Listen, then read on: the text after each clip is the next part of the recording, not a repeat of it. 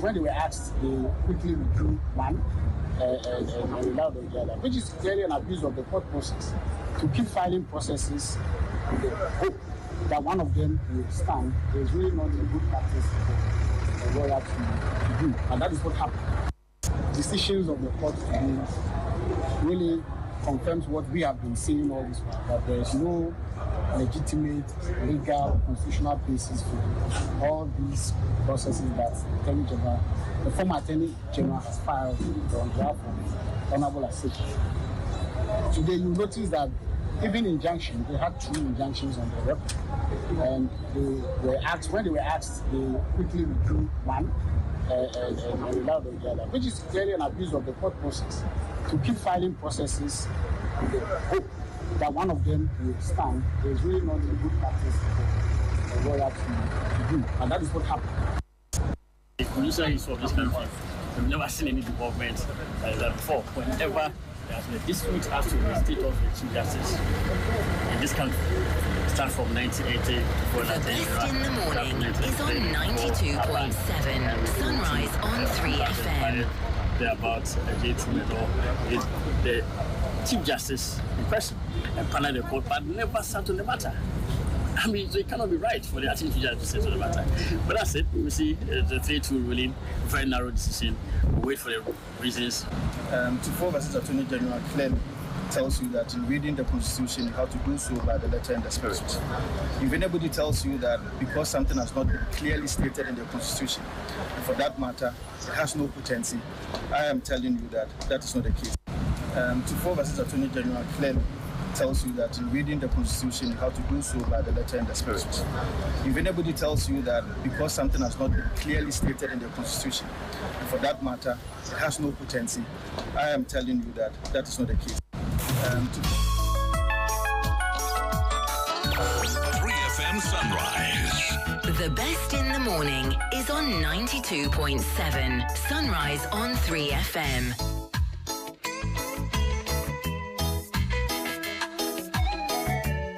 Those were back-to-back the Deputy Attorney General, Dr. Edrem Sremsai. After him was the former Attorney General of the Republic, Godfrey Yeboah-Dame. And the voice you just heard is that of Echo Vincent Assafuah, Esquire. He's the Honorable Member of Parliament for the people of Otafu. Yesterday in court, there was quite a showdown, if you will. I'm not sure that the Honorable former Attorney General and his clients, Godfrey Yeboah-Dame, saw the change in the panel happening, the panel that was supposed to hear them. Earlier, we had Justice Henrietta Mensah Bonsu, Justice Yawasari Daku, Justice Samuel Siedu, also Justice Richard Ejay Frimpong, and Justice Ernest Geu. They were the ones who had heard the previous matter. And then yesterday, the acting Chief Justice reconstituted the panel. Of course, he's the president of the bench, the Supreme Court bench. He reconstituted the panel. So he himself found himself in court yesterday. That's Justice Paul Bafuboni. And then he maintained Justice Henrietta Mensah Bonsu out there. Substituted Justice Yao Asari Daku with Justice Yoni Kulendi. And then substituted also Justice Samuel Esiedu with Justice Amadou Tanko, and of course substituted Justice Richard Ejay Frimpong with himself. So once he's on the bench, he then presides because he's the Chief Justice and the senior most, as it were. Even if he wasn't the senior most at the time, he still would be the Chief Justice, so he would preside. So this was the panel that had, and then 3-2 in favor of the motion.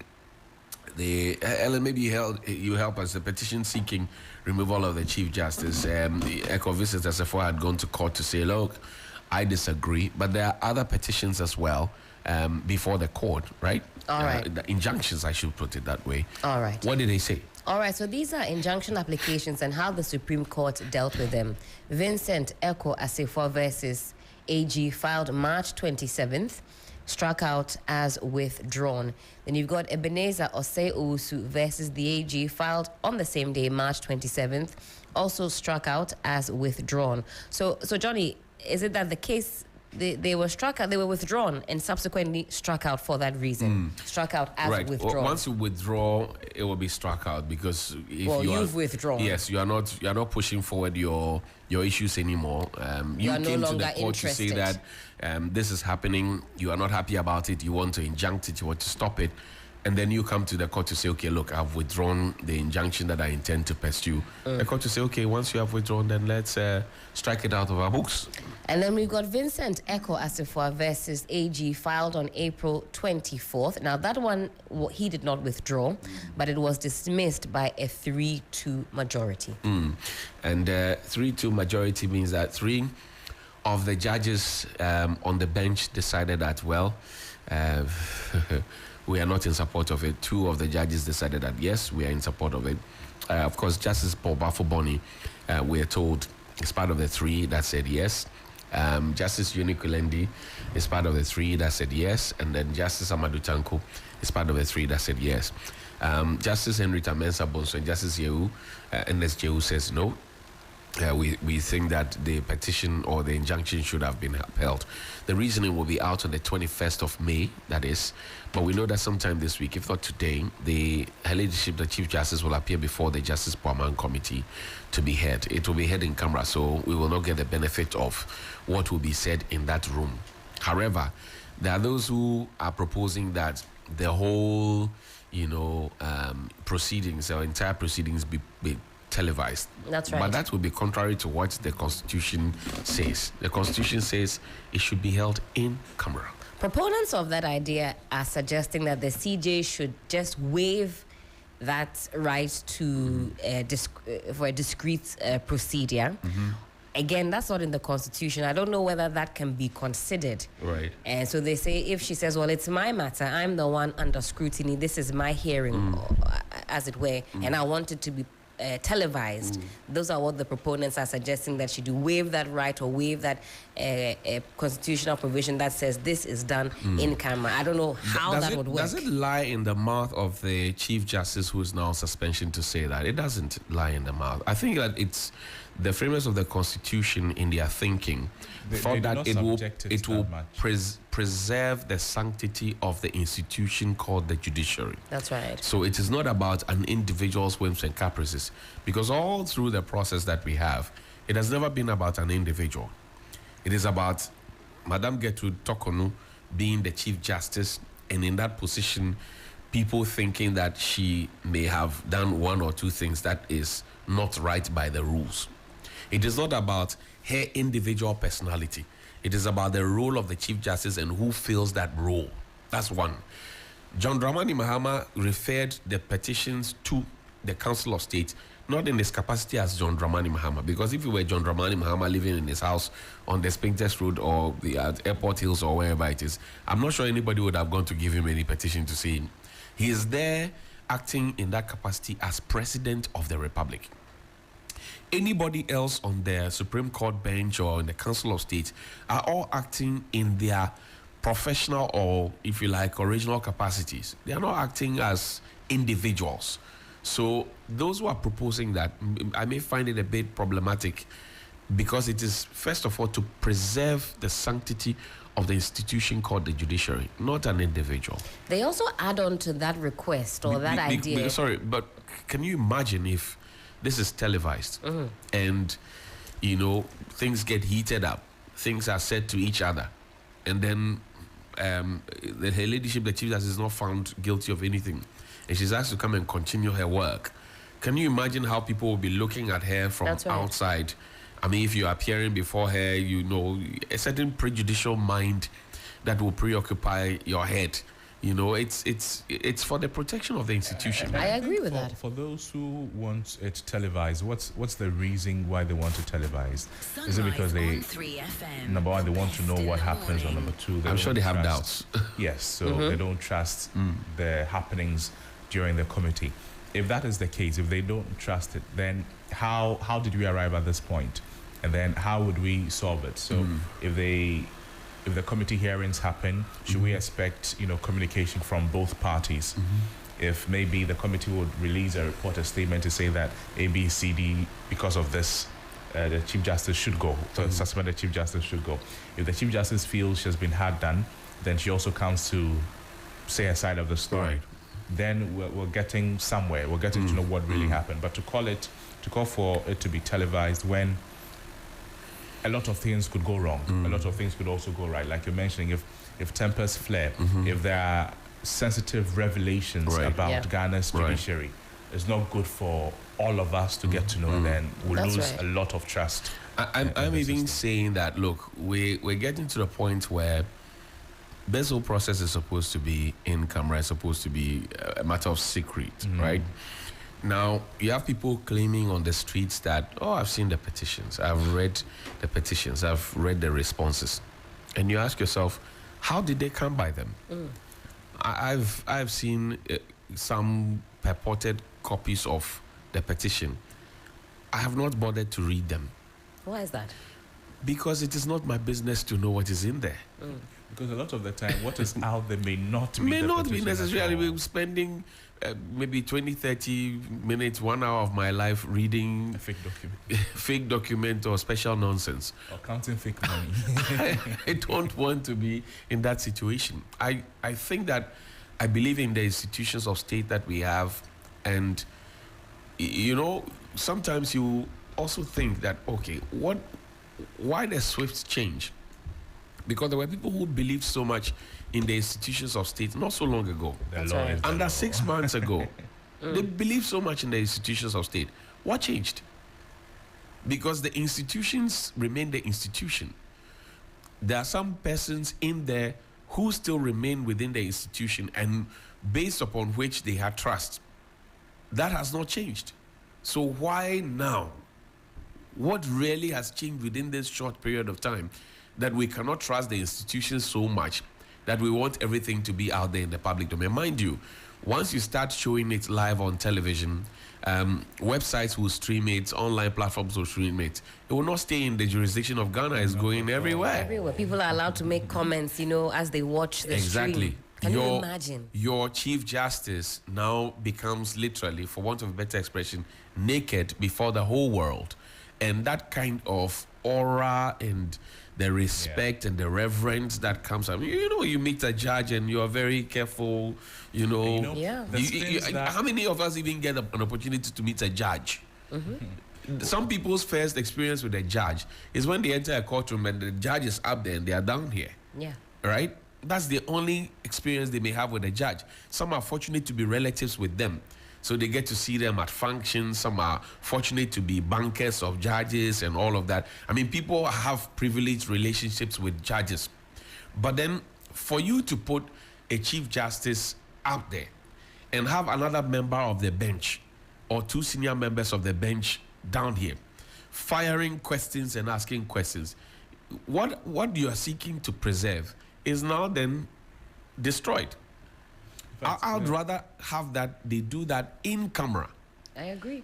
Do whatever they want to do and come up with a nice report, even if it's whitewashed. Come up with a nice report that they all agree to say that, okay, we are going left, we are going right. To preserve the sanctity of the institution. If you don't do it like that, the spins that people will put on during commentary could be very, very dangerous. Very dangerous. It may be not close at all, but because they're using, number one, lay understanding, number two, personal interest, they put various spins, various interpretations, and then they'll push it so far that may even clog the minds of many who originally had good intentions, but because they've been exposed to lies or fake news, then they believe it, and it is also affecting the integrity of the judiciary. But gentlemen, so far in this process, I'd say maybe one or two things have gone a step further. So the president even furnishing the CJ with copies of the petition is not exactly written in our constitution. Right. Would you say that he's gone out on a limb to, I don't know, to go that extra mile? That may have opened Pandora's box, and one might say that if we've already started on the path of adding extras which are not streamlined with the constitution, aimed at making the process fair. Then if Mr. President, you've gone that step, then let's keep going, because now we've opened it wide open. You see, I'm reminded of the dictates of Article 296, which talks about the discretionary powers and the use of discretionary powers. if you notice, the Chief Justice asked for 7 days to respond to the petition. The President of the day says, look, take 10 days, add 3 more days, feel free. I don't want to be seen as, I'm sure, he didn't say that expressly, but I'm sure that the wisdom behind this is that I don't want to be seen as the person who is breathing down your neck to say, give me your response and do all of this. That's one. Number 2, you have been accused. It is only fair that you are given an opportunity to come and explain yourself, right? So that your accuser can stand before you and you before your accuser, and then you can both be heard. And then whoever is the arbiter will then decide that, oh, Helen is blowing this out of proportion, or Crosby is the one not forthcoming with information for us to, so that level of fairness, that principle we're taught in the journalism school, auditorium patem, it should be there. It should be laid bare. For me, I think that there's a limit to the powers of discretion, because even within that 296, and I'm not a lawyer, but even within that 296, Article 296 of the Constitution, it talks about whimsical, capricious, you need to be careful how you apply the, what's the word? Discretion, the use of discretion. You get the point. So, yes, there may be discretion on the part of the president, there may be discretion on the part of the CJ, but I don't think it ventures into the corner to say, let us put this on TV. I am saying from a layman's point of view, if we put this on TV, the judiciary that we say we seek to preserve will be crushed. It will be crushed, because now when the matter becomes public, people will ask, okay, so who is the CJ's husband, and what does he do, and what does he eat, and where does he live, and why did he take that? What did he use the $10,000 for? And who is the CJ's daughter? That's far. Not many people know who the CJ's husband is. Not many people know who the CJ's daughter is. Now you are going to expose them out there. They don't have bodyguards like the CJ. That's right. So, what are you doing? The ripple effect of a certain decision that seems to inure to a political beneficial end may come back to hurt all of us, and it will hurt us deeply, because once you televise this, it's global. Everybody in every corner who has internet can see it. Like we put for the first time, Chief of Defense Staff in court for the first time in the history of Ghana. A Chief of Defense Staff, a 3-star general, standing in open court and defending a document that doesn't exist. Can you imagine? Have you seen some before? Lawyer Osman Alasan is joining us. He is a private legal practitioner. Counsel, good morning. Thank you very much indeed for your time. Good morning, and good morning to your listeners. Social media, traditional media, and the social sphere have all been talking about the decision that the Supreme Court took yesterday regarding the injunction applications brought before it relative to the petitions for the removal of the Chief Justice, her ladyship, Torkonoo. Were you surprised with the decision of the court? Have to offer. We would have to wait until the 21st of May to get that reasoning. Yeah, so that is the only aspect of surprise, because I thought, and I believe if there is any decision that can be unanimous, this should have been. This should have been a unanimous decision, because what's an injunction? An injunction is always an application to hold off certain things from happening, or to maintain the status quo until something substantive is decided upon. Right. So, what's the substance? What's the main dispute? That they intend to hold off all proceedings under Article 146 until it is decided. What is that dispute? Now, that dispute seems to be that the president do not give or fail to give the Chief Justice a hearing. Mm-hmm. But is that the case? So if you don't have a substantive matter to be decided, you can't be applying for injunction. That's number one. So number two, the injunction was supposed to hold off a constitutional duty that the president and other stakeholders in the process are performing. Now, there's no court. We all know that the Constitution is the supreme law of the land. That's right. And the obligations under the Constitution are the highest or most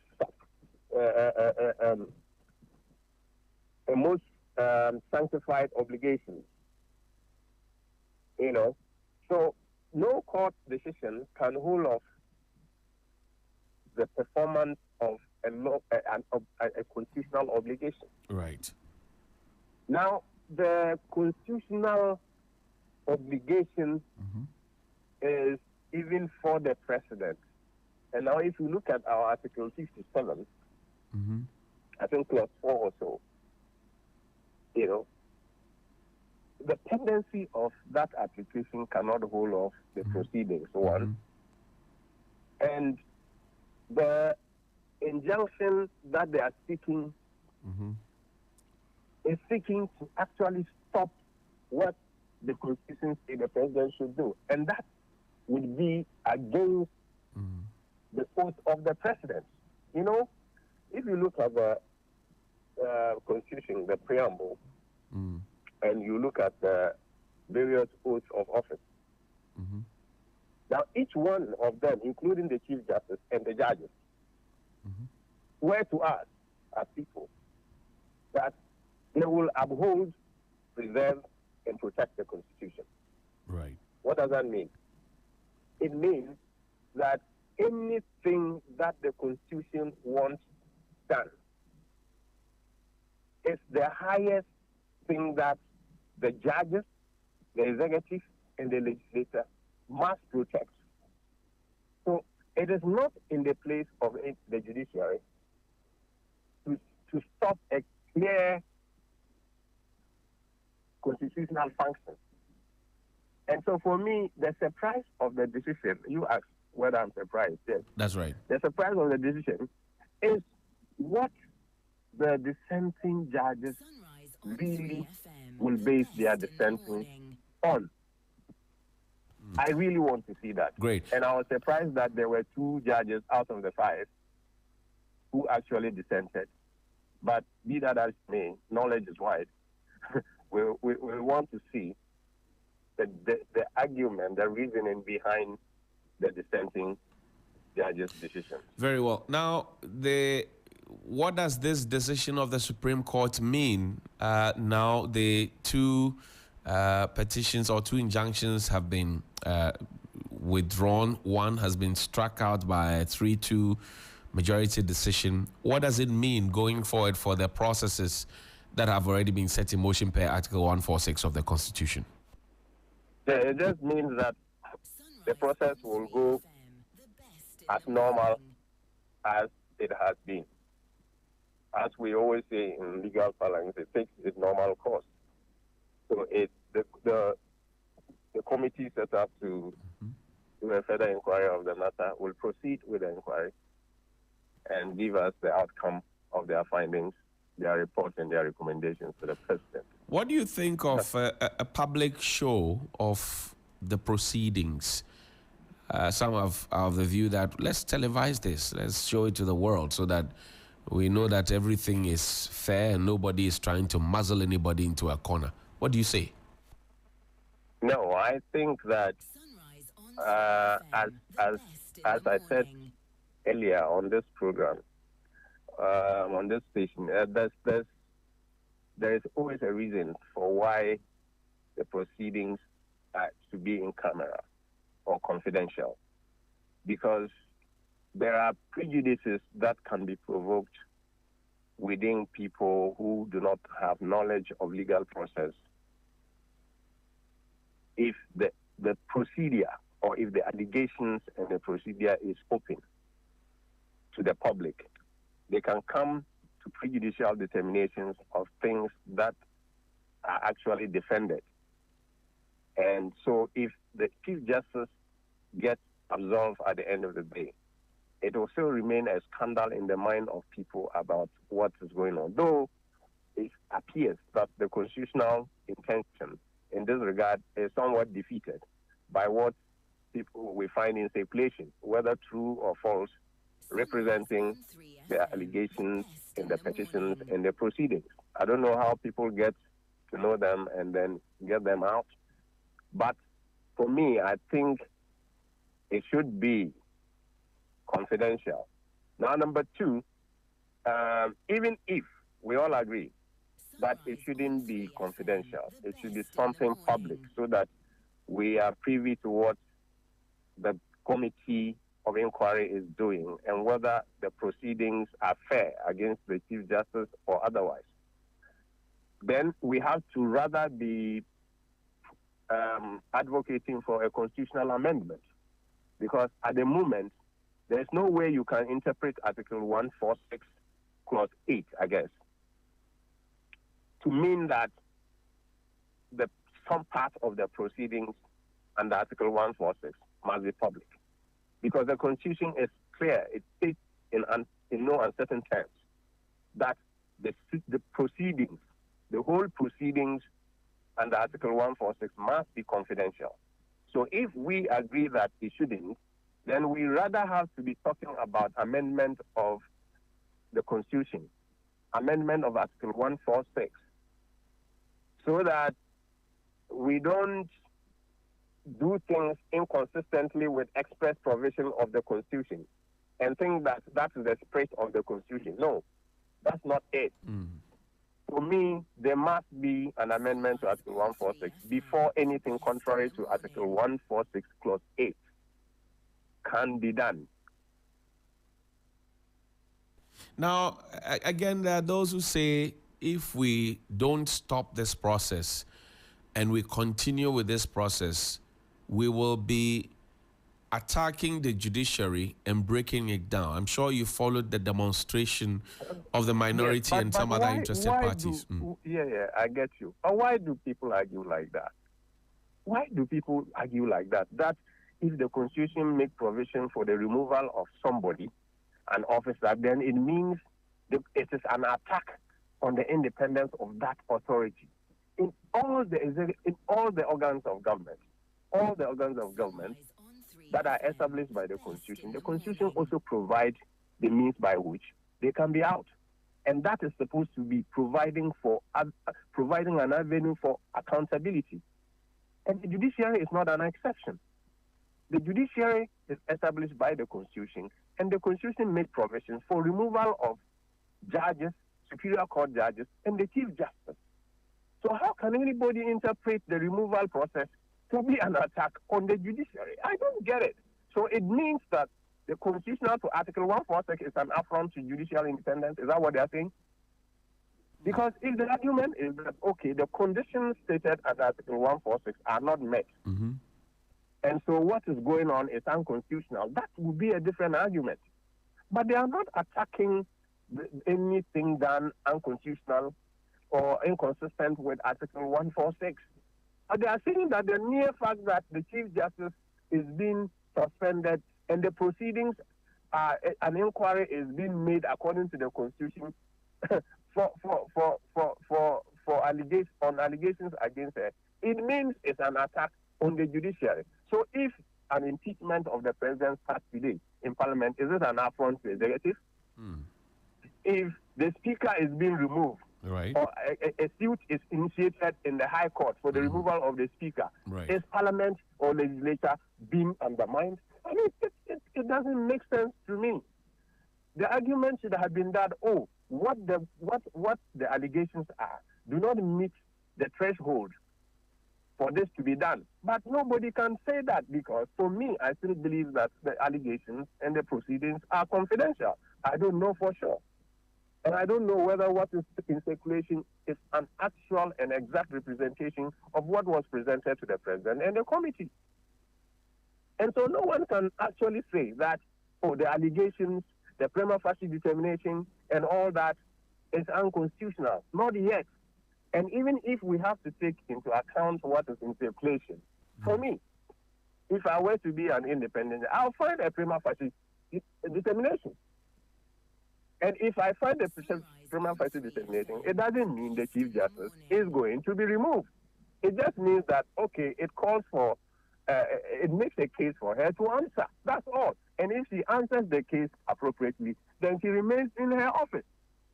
How is this an affront? How is this an attack on the independence of the judiciary? If you were to advise the presidency or the executive, they received the petition, the judiciary themselves received the petition, and Parliament received the petition, three arms of government from the demonstrators regarding this matter. And they have stated clearly in it the things that you find surprising that somebody would debate along those lines. In effect, what should they be doing with the petitions? Well, they have received it as part of our democratic advancement. The demonstration was allowed. The officials for whom the petitions were meant availed themselves and received the petitions. That is democratic. That is beautiful. And it's for them to now consider the content of the petition. Of course, if the petition is calling for lawlessness, is calling for unconstitutionalism, of course it has to be ignored and actually disregarded with all the disdain that it deserves. Because I mean, I don't know the content of the petition. I don't know what they are asking the president, the legislature, and the judiciary to do. But if, in fact, they are saying that the whole procedure under Article 146 against the Chief Justice must be stopped, then that is treasonable. That is an indirect call for a suspension of Article 146, unless they are saying that something in Article 146 is breached, and so because of the breach, it has to be remedied by way of suspension or something. But that's not what I think is the case. Right. They are not alleging that anything is wrong. In fact, what I think we discussed this last week. That's right. The last time. That's right. The point is that they are saying that the injunction. They are simply saying that the discretionary power under Article 296 exercised by the president is unconstitutional. Why? That there are no rules and regulations set in place to govern the excess of that discretion. I mean, is that why the procedure must stop? What about the other judges who have been removed, Superior Court judges who have been removed through that process? Have there been any rules and regulations, and the existence or otherwise of the regulations that govern the exercise of the discretion does not make the exercise of the discretion unconstitutional?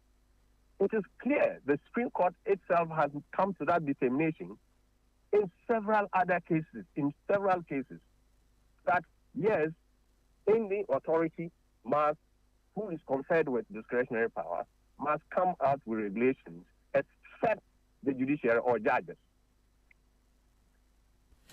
But the Supreme Court said, yes, that is to advance accountability and fairness. Right. But the point is that in the absence of those regulations, imagine the day the Constitution was promulgated. Mm-hmm. All the discretionary power had been conferred. Right. So it means that on that day, when it is impossible for all regulations to be laid and passed to govern the exercise of the discretion contained in the Constitution promulgated in 1993, so government will come to a halt. No one will exercise a discretion. And if we go by that, it means all the discretionary power exercised on the day of the promulgation and further. And those that do not have rules and regulations governing their exercise now should be unconstitutional. And anybody who is aggrieved under the circumstances, must have his situation reversed. That's not it. You know. I see. So I don't know what the argument is about, and if indeed there is no any argument against the proceeding in Article 146, nothing unconstitutional about it. Why should they be demonstrating in the first place? And the fact is that they have a feeling that the judiciary, the Chief Justice, is too big to be removed. And you will hear some people saying that Article 146 is just for the optics. It's not supposed to be applied in respect of Chief Justice. How can we think like that? Well, so we are not worried of the fact that we can also create a judicial tyrant. There is something we call judicial tyranny. Right. If you have a judiciary that cannot be held to account, I mean, let me tell you, it's only the judiciary. It's only apart from Article 146, you will not find any other, because the judiciary is protected. Right. You will not find any other person being empowered to question anything a judge does or the judiciary does. You know, apart from the Auditor General and Article 146, which would be a check on the attitude of the judiciary. The judiciary are not supposed to do anything they like and go away with it. No, they are subservient to the constitutional dictate, and they are subservient to the will of the people. Okay. And if the Constitution makes provision for a removal of Chief Justice and it's been triggered and is moving on, and this is not the first time it has been done. It had been done before. People have exercised discretionary power under these circumstances, and people have gone. Why should this be?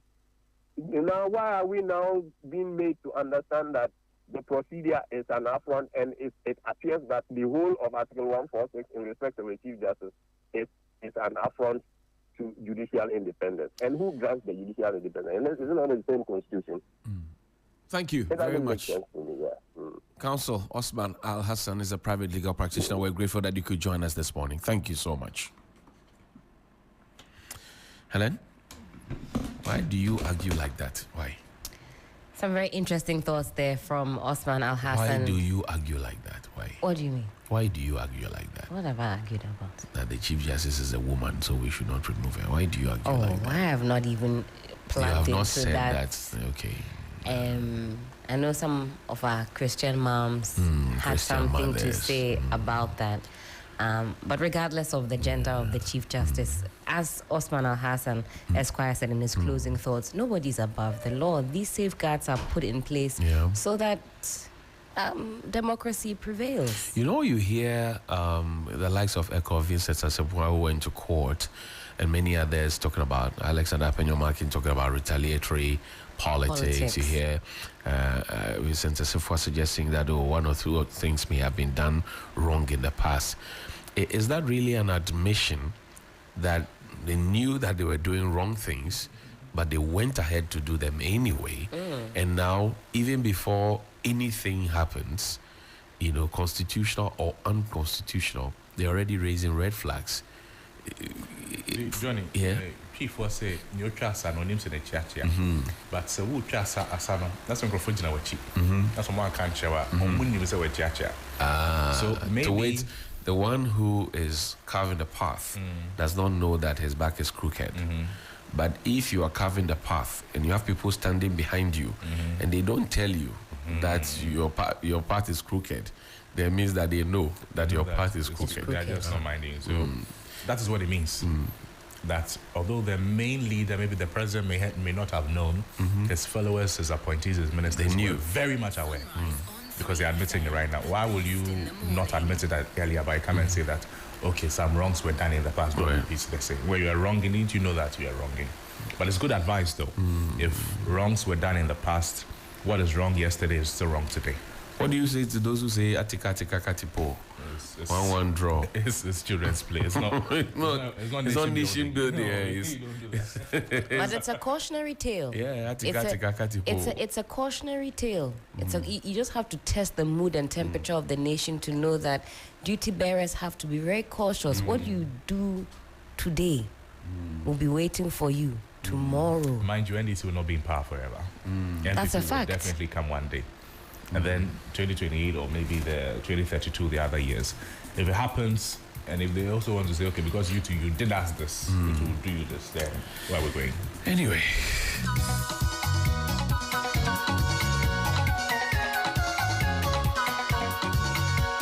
Sunrise on 3FM, the best in the morning.